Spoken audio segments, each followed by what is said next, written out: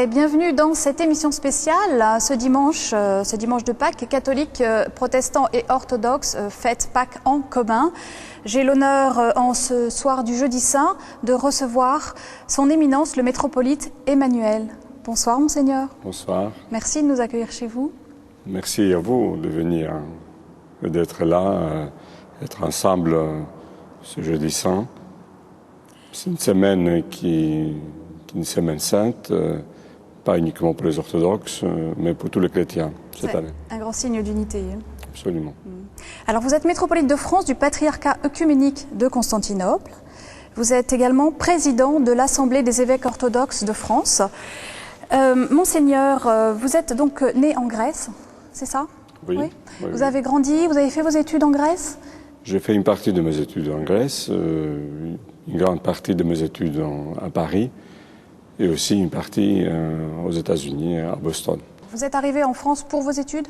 Oui, absolument. Donc, j'ai fait mes études à l'Institut catholique et à Saint-Serge, à l'Institut orthodoxe de théologie orthodoxe Saint-Serge, et aussi à la Sorbonne, avant de partir aux États-Unis pour 2 années d'études complémentaires. Alors aujourd'hui, vous êtes métropolite de France du patriarcat œcuménique. Pour nous qui sommes catholiques, à quoi votre fonction correspond-elle? Quel est votre rôle au quotidien? C'est la fonction d'un évêque. C'est une diaconie au service de nos fidèles orthodoxes du patriarcat œcuménique en France. Et c'est tout le travail pastoral, administratif à la fois, et aussi, je dois dire que c'est spécifique aussi pour notre pays, la France. J'assume donc la présidence de l'Assemblée des évêques orthodoxes de France. Alors cette assemblée, elle rassemble combien d'évêques? Nous sommes 9 qui sont les membres de cette assemblée. Oui, de quelle région en France? Des différentes parties, puisque tous n'habitent pas à Paris.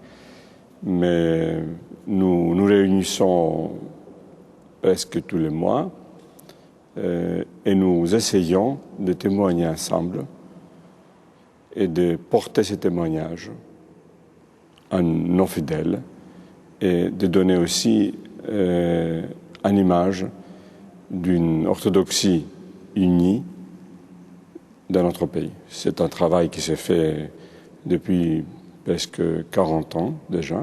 Cette assemblée existe depuis une quarantaine d'années? Cette assemblée a commencé comme un comité interépiscopal en 1967 et en 1997, elle est devenue l'Assemblée des évêques orthodoxes de France.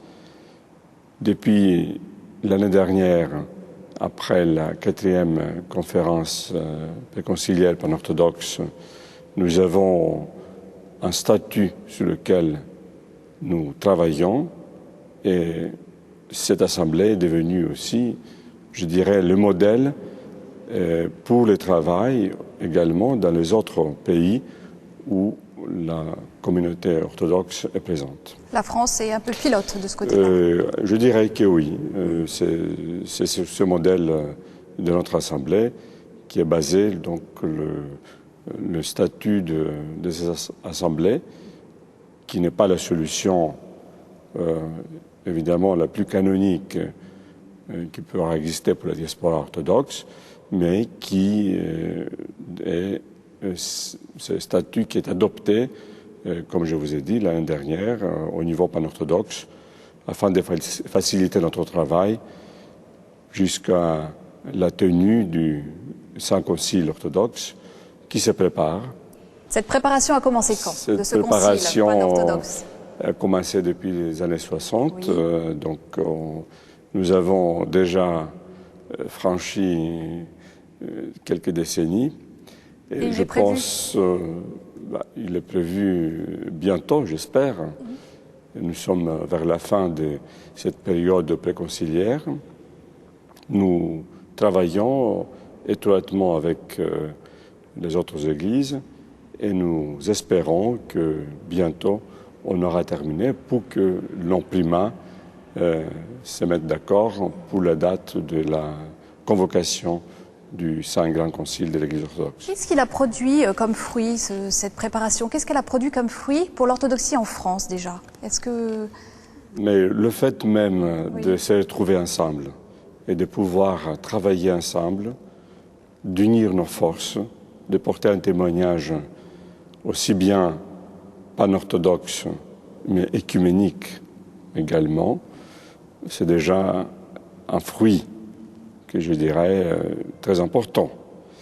Un témoignage authentique. Un témoignage authentique, et puis c'est nécessaire de ne pas se disperser et de ne pas trouver une orthodoxie qui est morcelée. Alors pourquoi cette unité pan-orthodoxe, interorthodoxe est-elle si importante pour vous? C'est aussi bien une unité qui est demandée par notre Seigneur, puisque nous devons être unis, pas seulement entre chrétiens, mais beaucoup plus entre orthodoxes. D'ailleurs, il n'y a pas de questions dogmatiques qui nous séparent. Il y a des questions administratives, puisqu'il y a le principe de l'autocéphalie de nos églises. Administrative, mais peut-être aussi communautaire. On peut comprendre qu'un russe ou qu'un grec soit attaché à son patriarcat plutôt qu'à l'orthodoxie française. Non, mais je ne parle pas. Il y a une orthodoxie qui est présente en France, mais chacun garde sa langue liturgique, ses traditions. C'est ça la richesse derrière de l'orthodoxie. L'orthodoxie n'a jamais voulu imposer ni une langue sacrée, ni une seule façon de célébrer certaines fêtes. Par exemple, il y a certainement des coutumes différentes, donc de coutumes de chaque église. Mais le sens, la tradition, et le sens même, et notre foi est une. Le fondement de votre unité, ce n'est pas l'uniformité, mais c'est la foi. Absolument, absolument. Et il y a aussi, donc, comme je vous ai dit, on célèbre peut-être dans des langues différentes, bien qu'au début c'était en grec uniquement, mais je vous donne un exemple, lorsque le peuple russe a été évangélisé, à cette époque-là, on n'a pas imposé le grec au peuple russe, mais on a donné un alphabet, l'alphabet cyrillique, qui est utilisé donc pour le slavon, qui est la langue que l'Église russe utilise, et d'autres églises d'ailleurs, de tradition slave. Comment, en France, l'Église orthodoxe appréhende la nouvelle évangélisation, l'audace du témoignage? Je pense que ce n'est pas uniquement en France la question de la nouvelle évangélisation et d'apporter ce témoignage dans le monde d'aujourd'hui. C'est une recherche et un souci pour tous les chrétiens. Donc ce n'est pas limité uniquement à nous. Nous cherchons à porter l'Évangile et à parler la langue du peuple, la langue de l'homme et de la femme d'aujourd'hui. C'est quoi cette langue? C'est la franchise, c'est aussi la sincérité et c'est aussi l'espoir, puisque l'homme d'aujourd'hui a perdu l'espoir.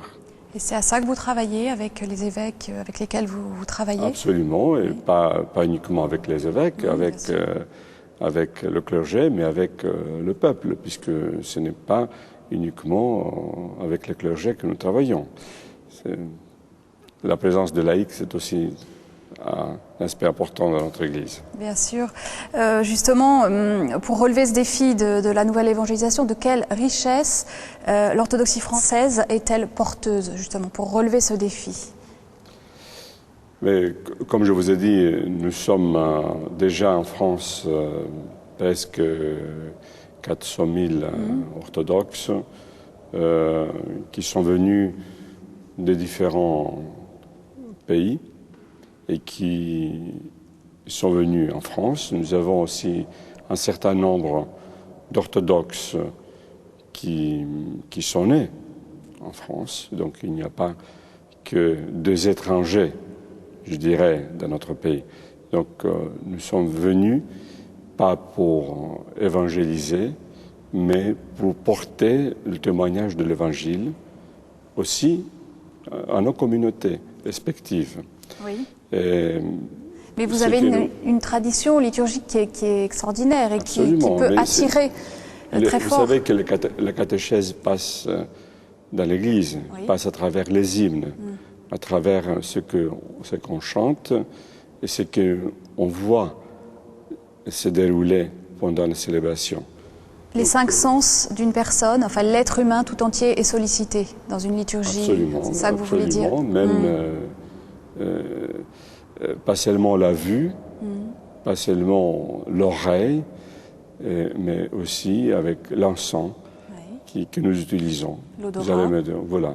Donc, je dirais que dans la célébration liturgique, on voit vraiment la splendeur de la liturgie de la tradition byzantine.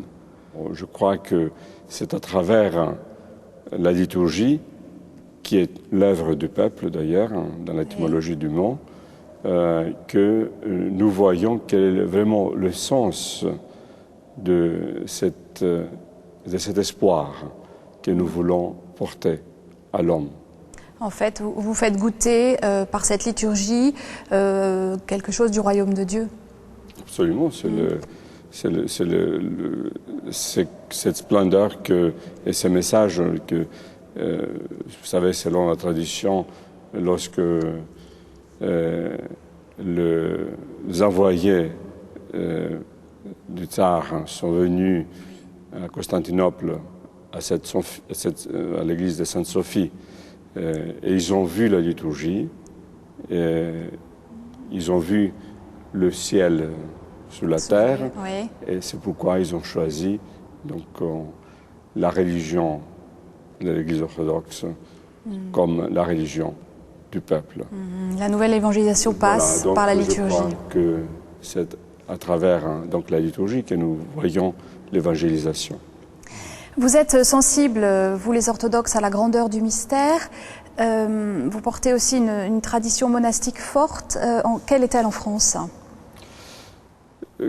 Nous avons quelques communautés, aussi bien d'hommes et de moniales, puisque dans la tradition orthodoxe, le monachisme garde une importance que je qualifierais capitale. Dans le monachisme, qui est une forme de la consécration de quelqu'un qui consacre sa vie à Dieu, qui est un ermite, donc qui s'est retiré complètement et qui n'a pas de contact avec d'autres, ou qui vit en communauté, qui est souvent le cas. Nous n'avons pas évidemment de communautés importantes en nombre. Dans le monastère, nous en avons quelques-unes, quelques communautés qui dépendent soit des évêques qui sont en France et qui font partie de l'Assemblée des évêques orthodoxes de France, soit, comme nous avons aussi des communautés qui sont de dépendance du monastère de Moatos, de Simonos Petras. Donc il y a une présence monastique dans différentes parties en France et qui aussi, je pense, travaille dans un esprit de témoignage orthodoxe, d'évangélisation, pas dans le terme de prosélytisme, mais d'un témoignage, et aussi dans un esprit, je dirais, aussi d'ouverture, qui est nécessaire. Et les monastères d'ailleurs sont des centres, pas seulement des centres de spiritualité, mais des centres et des refuges pour quelqu'un qui veut vraiment retrouver la paix et qui cherche à trouver un endroit pour demander conseil. Et se ressourcer. Et se ressourcer, absolument. Est-ce que l'Église orthodoxe en France a des vocations? Je pense que nous en avons assez. Peut-être il y aurait besoin d'avoir beaucoup plus de vocations pour l'avenir, puisque jusqu'à maintenant, il y a des prêtres qui sont venus de l'étranger, mais dans l'avenir, il faudrait compter aussi sur la présence parmi les membres du clergé de ceux qui sont nés en France. Vous avez des séminaires en France? Il y en a, comme je viens de dire, nous Oui. avons l'Institut de théologie orthodoxe Saint-Serge qui date déjà des années 20 et qui est l'institut qui a formé des générations de clercs et de théologiens orthodoxes et d'autres d'ailleurs, et qui est aussi, je dirais, le centre important pour la théologie, pas seulement en France, mais dans tout l'hémisphère occidental. Mais depuis aussi cette année, il y a le séminaire qui dépend du patriarcat de Moscou, qui travaille dans la région parisienne. Qui a été inauguré récemment? Qui a été inauguré donc en automne. Oui. Et qui aussi a des étudiants, des séminaristes. Donc je pense que ces deux centres qui sont en France seront aussi importants pour la formation de nos cadres et de nos étudiants pour l'avenir. Monseigneur, vous êtes président de la Conférence des Églises européennes, ainsi que, vous êtes également le coprésident du Conseil des Églises chrétiennes en France. L'œcuménisme vous importe beaucoup. Vous travaillez avec Monseigneur 23 et le pasteur Batti à l'œcuménisme. Vous vous rencontrez régulièrement? Comment vous travaillez ensemble et sur quel dossier? Qu'est-ce qui est important pour vous? L'œcuménisme en tant que tel, c'est un souci pour nous tous, pour tous les chrétiens. C'est ce travail qui s'est fait au sein du Conseil d'Église chrétienne en France, Oui. du CCF, c'est un travail important. Je dirais que c'est aussi un modèle de notre travail en commun, de notre coopération, qui est une coopération vraiment fraternelle entre le cardinal 23 et le pasteur Batti, oui. Actuellement. Nous travaillons étroitement et nous travaillons depuis des années. Ce n'est pas ce conseil d'église chrétienne est aussi le noyau, je dirais, de la coopération œcuménique de notre pays. Et nous sommes ouverts à toutes les questions qui se présentent. Vous savez, l'œcuménisme touche toute question de notre société d'aujourd'hui. Alors, par exemple, quel est le dernier dossier qui vous a préoccupé, tous les trois? La question de la migration. Vous savez que cette année, nous avons, 2010, nous l'avons qualifié en tant que chrétien, aussi bien la CEC et le CCE, comme l'année de l'immigration. Et nous avons donc consacré une dernière journée sur cette question de la migration, qui est une question importante. Comment on reçoit et qu'est-ce qu'on doit apporter à celui qui vient frapper à notre porte. Est-ce que vous êtes d'accord? Est-ce que ce dialogue est facile ou difficile? Ça dépend des questions, j'imagine, entre vous. Je pense qu'il n'y a pas de choix pour les questions. Il y a des questions qui sont faciles, il y a des questions difficiles, mais je pense que le travail que nous menons tous les trois au sein du CCF, c'est un travail harmonieux. Nous n'avons pas de différence. Nous essayons de porter un témoignage des églises qui ont une seule vue, qui est la réalisation de l'unité. Nous travaillons pour l'unité puisque le Christ lui-même nous a demandé d'être unis. En ce soir du Jeudi Saint, j'aimerais vous demander comment se déploie votre liturgie orthodoxe en ce temps de la Semaine Sainte jusqu'à Pâques. Vous savez, nous avons des offices qui sont des longs offices que nous commençons, par exemple, ici à la cathédrale à 6h30. Et nous, le jeudi soir, donc, nous célébrons le vêpres de vendredi saint. Et c'est l'office, par exemple, qui est particulier puisque c'est ce qu'on appelle les 12 évangiles. Donc, ça correspond en fait au chemin de la croix.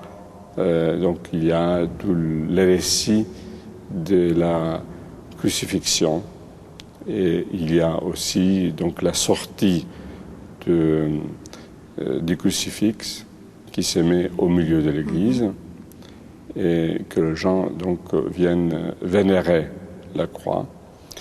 Et donc c'est aussi donc nous participons par cette manière à la passion. C'est la passion du Christ et nous voyons déjà donc pas seulement la passion, mais nous voyons la résurrection. Puisque il ne faudrait pas se limiter à la croix, au tombeau, mais aussi il faut avoir donc déjà la vue de la résurrection. Alors nous sommes ici dans votre cathédrale, la cathédrale Saint-Étienne. Est-ce que c'est ici que vous allez célébrer Pâques? Bien sûr, oui. C'est une cathédrale, donc pour chaque évêque. Je pense que c'est important de célébrer cette cathédrale. Vous l'aimez, cette cathédrale? Absolument. C'est notre siège et c'est aussi donc, le centre de notre communauté parisienne, mais aussi donc, le siège de l'évêque du patriarcat de Constantinople à Paris et en France. C'est une cathédrale qui a été bâtue en 1895. Qu'est-ce qu'elle a de particulier et de singulier dans son architecture, dans sa beauté, que vous avez envie de nous faire partager? Comme chaque église, toutes les églises sont belles, je suppose.